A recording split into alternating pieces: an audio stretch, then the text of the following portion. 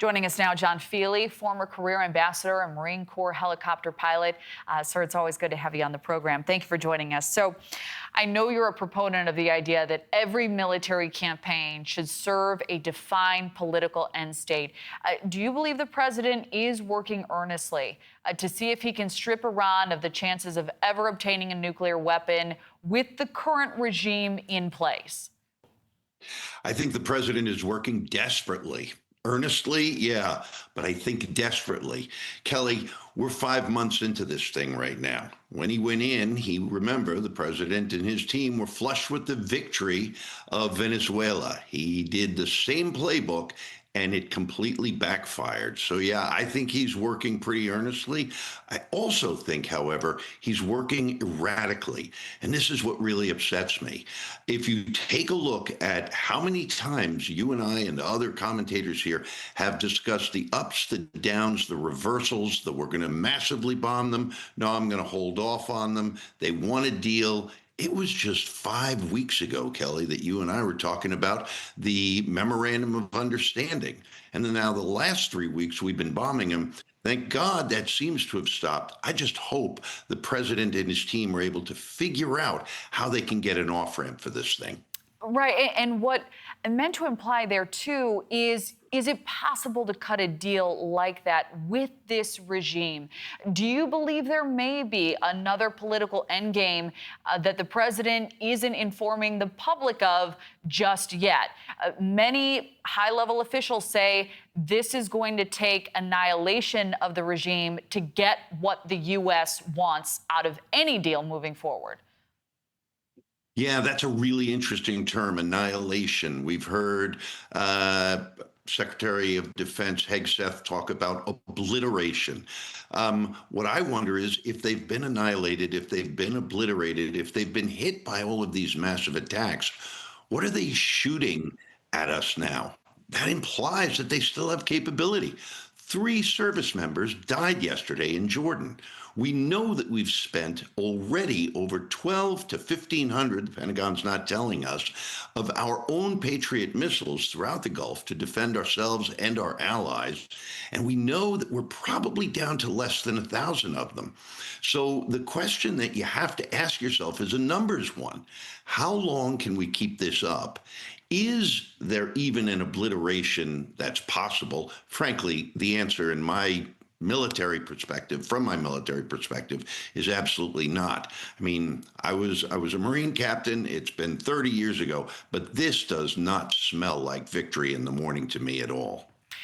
What would victory look like? What would the leverage on the U.S.'s side have to be to get Iran to the table, to cut a deal that the president would be happy with, that we could ensure would be followed through?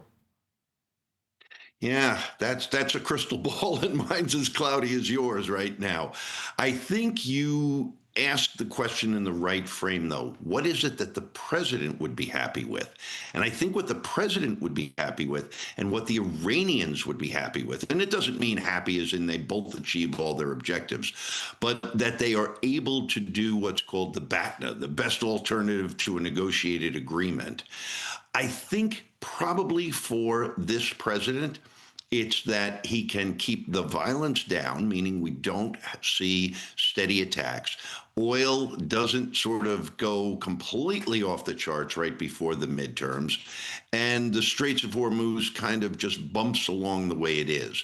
I know that doesn't sound like victory, but I think that's the best that this team can currently get. For the Iranians, it's much simpler. For the Iranians, it's just continued existence. Remember, when the president went in on February 28th, he had 3 major objectives. It was, number one, Iran would never have a nuclear weapon, there would be regime change, and that the Straits of Hormuz would be open. Well, none of those have been achieved, and the Iranians are still there. They're beat up. They're totally, their economy is a mess.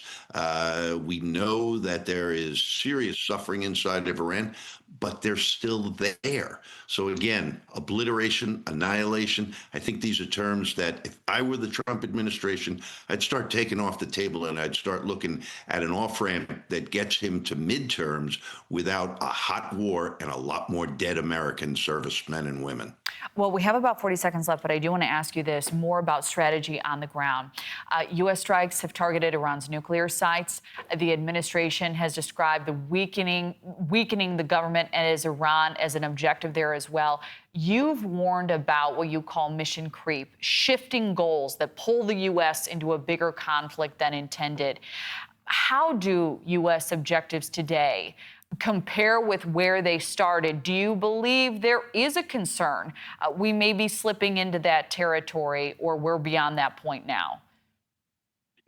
Well, I think there is definitely a concern. I believe that this was a terrible mistake to begin this war. I think it's been shown that it was probably not the easy march to victory that the president thought it would be. We're 5 months out. We're only 100 days from midterm elections. That's got to be weighing on his mind. And I think there's something else that's really important here, and that is, what does the rest of the region and the world think? Nobody wants a broader conflagration. Nobody wants there to be a serious tolling activity going on by Iran in the Straits of Hormuz, because that plays straight into oil prices in the global market, and that plays straight into trouble for the Trump administration in November.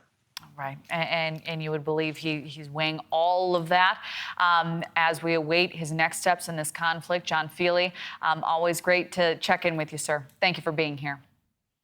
Thank you so much, Kelly.